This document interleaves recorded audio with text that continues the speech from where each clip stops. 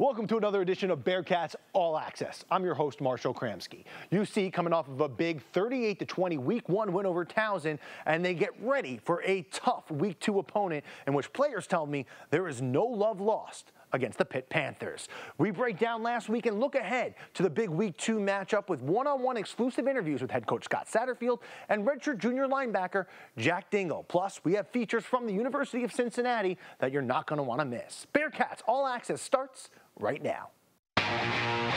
Bearcats All Access, sponsored by All Good Home Improvements. Hey, Coach, big Week 1. You come out with the win. What were your biggest takeaways after the win against Towson?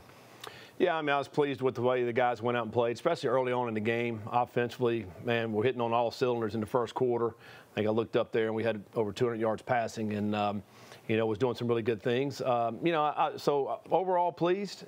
Still a lot of things we can work on as you go back and look at the film. Defensively gave up some plays we, didn't want to give up, obviously.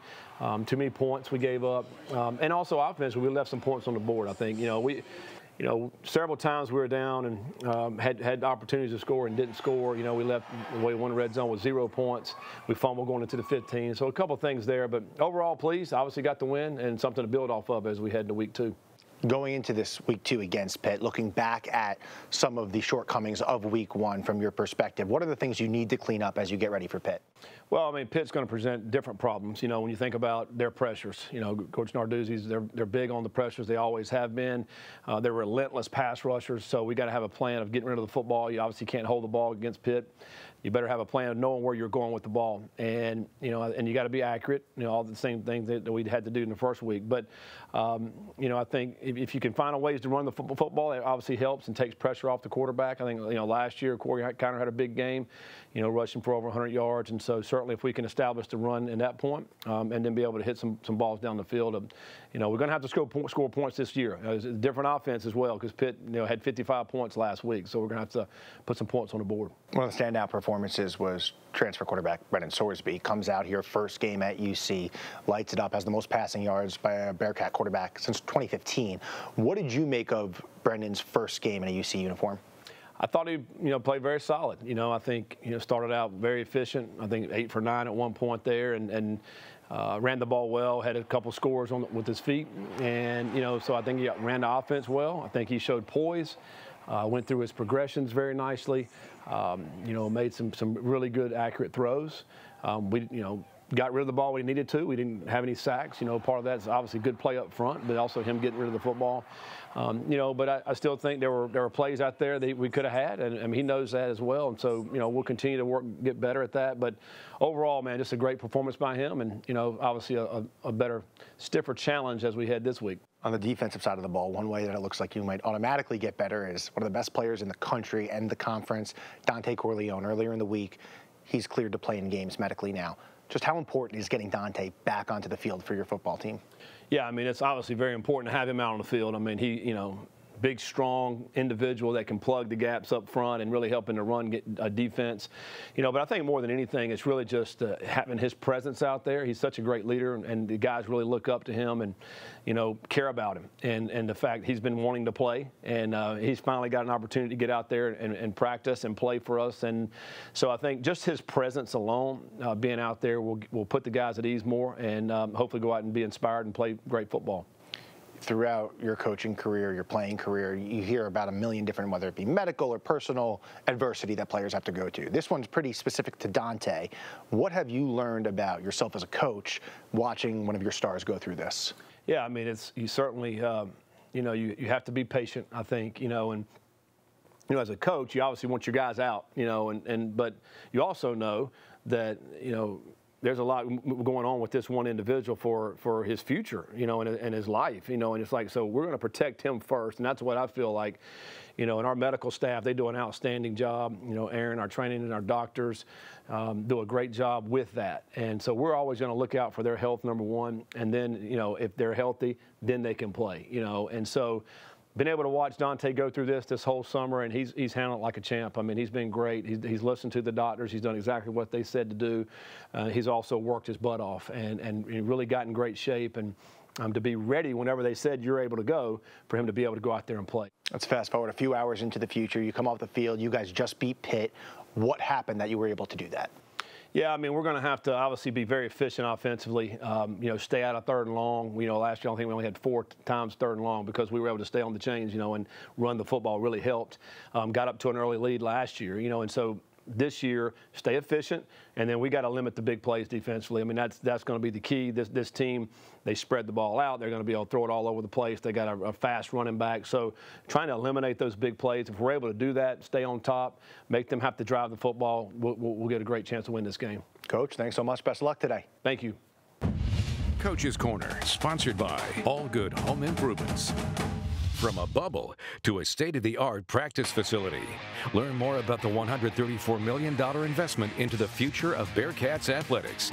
Next on Bearcats All Access. Cincinnati is on schedule and on budget for a brand new $134 million practice facility and performance center next summer. Check out all the bells and whistles, of which there are many, of the new crown jewel of the Cincinnati campus coming in 2025. Keys to Success, sponsored by Columbia Hyundai and Genesis of Montgomery. In order to get into the Big 12, we had to take steps along the way that were large investments. And so speculatively investing in our program so that if and when the time came that we were going to get an invite, we were ready and we would be the school that was invited. Our athletic directors use the term table stakes, right? And as we enter the Power Four, there's investments that we needed to make in order to make sure that we can be competitive. And having an enclosed practice facility is a major piece of that puzzle. Indoor practice facility has been a priority for our athletics department and our football program for several years and has been on the radar. And as we made our way into the Big 12 to kind of have those plans come to life has been tremendous. And so it's going to finish out at a $134 million facility that's going to house an indoor football field, 120 yards. It'll have daily operations hub for our football program as a whole, as well as having the dining hall, right? So we're really excited to have all of our student athletes have access to a first-class operation to feed and fuel them as they prepare for their seasons. This is just one of those examples of making sure that we're investing the right way in our programs for the long-term success, not necessarily the immediate success, although it will have an immediate impact. But this is really a long-term play. This will have decades of student athletes going through this facility, using this facility. You need tremendous people around your program to make it work. And there's no one that has been more important than Rhonda and Larry Shakely to our program in terms of their overall investment. They see the whole picture. They've been invested for a long time and have really helped us in so many ways. And this is just another example of that help and that tremendous investment that they've provided. Whenever you can pull together donors that have given to the project and they get to finally see the structure come to life, which is really what that final beam ceremony is all about. That last beam going up means something. It means that you're moving this thing along. The beam ceremony was a great kind of gathering for us to really celebrate the progress that we've seen through this project. And I think for us, we've poured over hours and hours of plans and floor plans and design options and moving walls and trying to figure out what's the most efficient and effective use of this space, right? And how can we make things work that are going to be functional but still pop and make a real impact on this facility. And to really start to see it come to life off of pages and pages of documents into the actual structure, and then to be able to walk through and show that progress to our university leaders and donors and the media was awesome. And now you start to work on the interior of the structure. It means that you're moving this thing along as the winter months come along, so the timing is really laid out nicely. But it's nice to celebrate with your donors, to show them what their investment will look like. Having a chance to walk through the unfinished halls of this facility was great, and I think they all got to experience exactly what this means to our program and what it's going to be here in a few months when we open up the doors come this summer. It's a family tradition in Clifton for one Bearcat. Next, we go under the helmet with linebacker Jack Dingle on Bearcats All Access.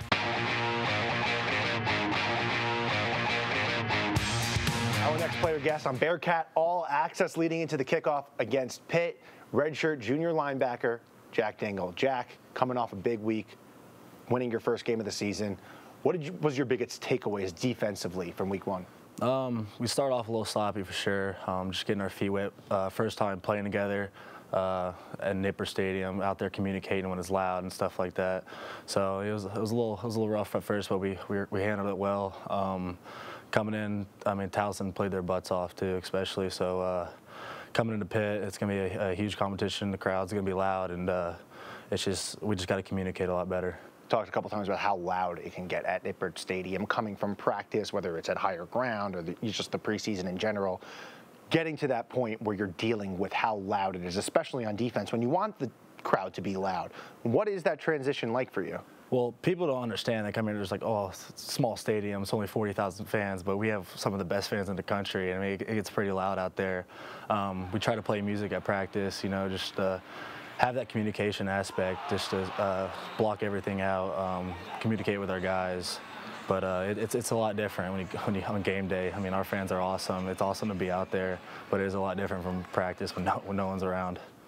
Taking on Pitt this week, a team, there is no love lost between Cincinnati and Pitt. Last year, you go to their house, you guys beat them. They got all the motivation in the world coming to Nippert Stadium. How do you compete against a team that's a rival, but also has a lot of motivation right now? We got to use our tough and nasty aspect of our culture here. I mean, they're a tough team. They have the same culture we have. I mean, but they're coming into our home. This is our home. We got to defend the Nip. You know, we went up there. They're a tough team, and just can't wait to play them. Came out earlier this week, really big news. Dante Corleone cleared to play in games. What does that presence of a former All-American do for you as one of the leaders on this team at linebacker? Oh, I'm excited for him to be back first and foremost, but him up there in front of me, it's awesome. He clears the ways, big, strong guy, and just makes everything a lot easier, especially for us backers in the back end. It's awesome to have him back. You have a lot of history with this Bearcat program. Pops played here, was captain. Your brother played here. How'd you end up at UC? Well, so it was a hard choice. My narrowed it down to top two choices. It's either Louisville or here, my hometown, or my other hometown, which I like to call it here. I grew up here. I've always been a Bearcat since I was a little. Just coming here, and I love this city.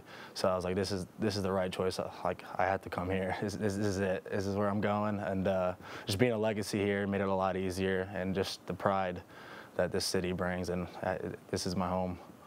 So your top two were Louisville and Cincinnati. Head coach Scott Satterfield used to coach at Louisville. So you're one of the few upperclassmen who were recruited by Coach Satterfield at a different school. What was that process like? It was tough, man. I mean, Coach Sat is a great man and a great dude. I was this close to going there. It was a tough decision because he brought on this is your hometown, but I was like, Cincinnati is also my hometown, and you know, being a legacy here and all, but it was a tough process. And when I made that call, I told him I wasn't going to Louisville. It was a very tough call. Him coming here, it was a surprise at first, and I was like, okay, well, I already know the guy, know how he is, and it's gonna be, let's go ride. Emotionally, you walk out on Saturday with a win. Is it a little extra sweeter when you beat Pitt? Oh, it's awesome. Yes, Pitt. They're a bigger, they're a huge rivalry for us, and you know, where they have the lead, or yeah, they do have the lead right now. It's gonna be awesome when we beat them. Anything else you want to add? No, sir. Appreciate you, Jack. Thanks so much, man. Appreciate you.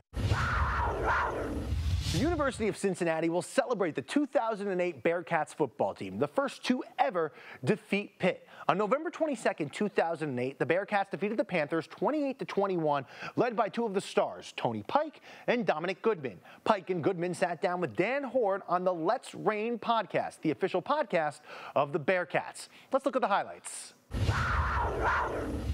Hi again, everybody, and welcome to the Let's Reign podcast, where we really get to know Bearcat coaches, players, and administrators. I'm your host, Dan Hoard. My guest on this episode is one of the greatest quarterbacks in UC Bearcat history, whose framed number 16 Carolina Panthers jersey hangs on my family room wall. I'm speaking of Tony Pike.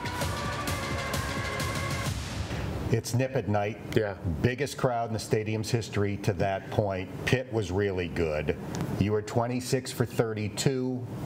3 touchdown passes. Your passer rating by the NFL system was 138.2. What are your memories of that night against Pitt? One, the environment, but obviously we knew everything that was at stake and knew what that team was on the other sideline. I think we were ranked 19, they were 20, so we're right next to each other in the standings. And UC had never beaten Pitt. Yeah, never beat Pitt, so we knew all of that was there. I remember the fans pouring onto the sidelines, getting ready to storm the field, and I'm watching a pass get completed to LaShawn McCoy, and there's a lot of room in front of him. And as I'm watching on the sideline, they're lateraling, and then it goes back to McCoy, and he just kind of froze and passed it back. Brandon Underwood, who I played travel baseball with growing up, ends up picking off the pass, winning the game, and not just winning because it felt like, oh, you upset someone, but winning to advance to what we knew, okay, play for a BCS game here. We could play for, a Big East championship at the University of Cincinnati, and kind of all of that hits at the same time. And like I said, doing that where I had grown up was awesome on the same field. That play you described where Pittsburgh scrambling and lateraling the ball around, and then Underwood comes up with the ball. I think 4 seconds were still left on the clock. Yeah. So the fans storm the field, yeah, and the officials are saying, wait, it's not over yet. Yeah. That had to be interesting. Best victory kneel ever. Just go out there, take a knee. But it's just, like I said, the environments at Nippert Stadium are insane, and I feel like that kind of started what it was. I think there was a Halloween type of game mixed in there with South Florida, but you really got to start to get a feel of what Nippert Stadium can be and what it meant for opposing teams coming in, and that's something that we relied heavily on. In Cincinnati's 38-20 Week 1 win over Towson, the Bearcats totaled 658 yards of total offense, the most in the Big 12 Week 1 and the 10th most in UC's 137-year football history. Let's relive the highlights. Hey, just because it's been worked for doesn't mean it's given. I'm so proud of your blood, your sweat, and your tears. This group earned the opportunity to play. This group has earned the opportunity to win. You play free, you play violent, you play angry, and you play because you love each other. Violent together. Go! Yeah. It's time to play. We get always 12 opportunities to come out here and play. All the off-season work we put in, it starts today. Hey, look, all your hard work since January leads to this point, man. Go cut it loose and have fun, baby. Live in the moment and have fun. I love you. I'm proud of you, man. Let's go to work. Hey, it's embrace, bro. Embrace this opportunity, bro. Embrace this crowd. Embrace this city. Embrace game one. The butterflies you feel, all that you feel inside. Embrace that. Have fun, baby. Have fun. Have fun. Hey, listen, man. Everything we got, man, leave it all out there on the field. Play for your brothers beside you. That's what it's all about. All that hard work and everything you put into it. Can't wait to see you play. Today, a new year begins. It is time for the pigskin to fly as the Bearcats open the season against the Towson Tigers.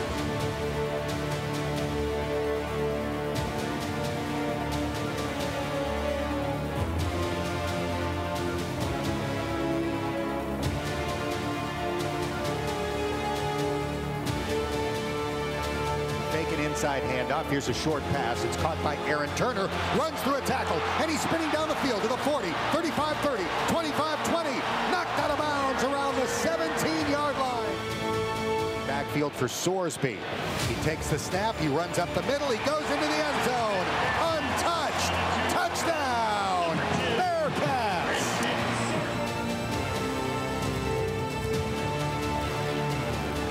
Pistol formation with a sidecar. Play action fake. Sorsby.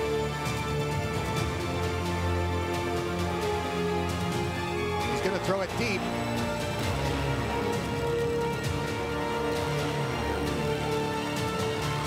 Xavier Henderson, over the shoulder catch, right at the goal line. Touchdown, Bearcats! Xavier Henderson.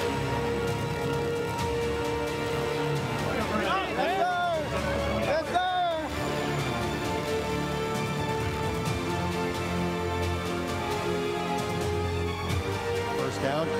out to the left by Sorsby. He throws it deep downfield.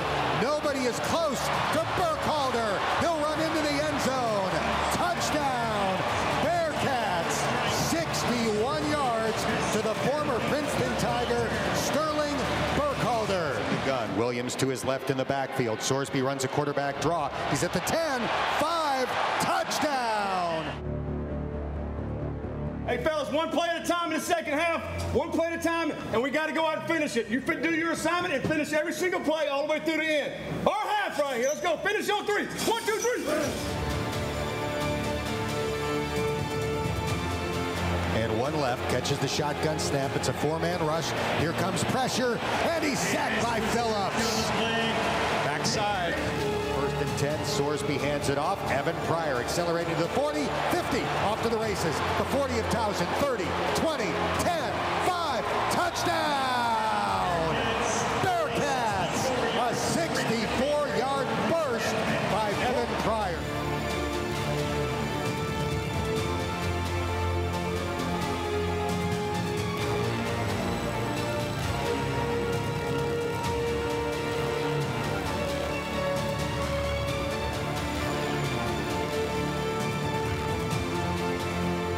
Win is great. It is really hard to win college football games, men. Clearly, we've got to clean some things up. Agreed? Yes, sir. We made some mistakes. We've got to clean some things up, clearly, okay? And I certainly appreciate our toughness. We've got to keep building off of that, okay? All right, guys. Hey, first of all, congratulations on getting a win. All right, that's number one, first and foremost. You can never overstate how important it is to get a win, right? They're hard to come by. And so to get one, we got to celebrate. All right, we got to celebrate. Now, obviously, there's some things that we got to do a lot better at. We all know that. All right, but it's a lot easier to get your corrections and to get things better when we get back next week after a win. It's a lot easier. Am I right?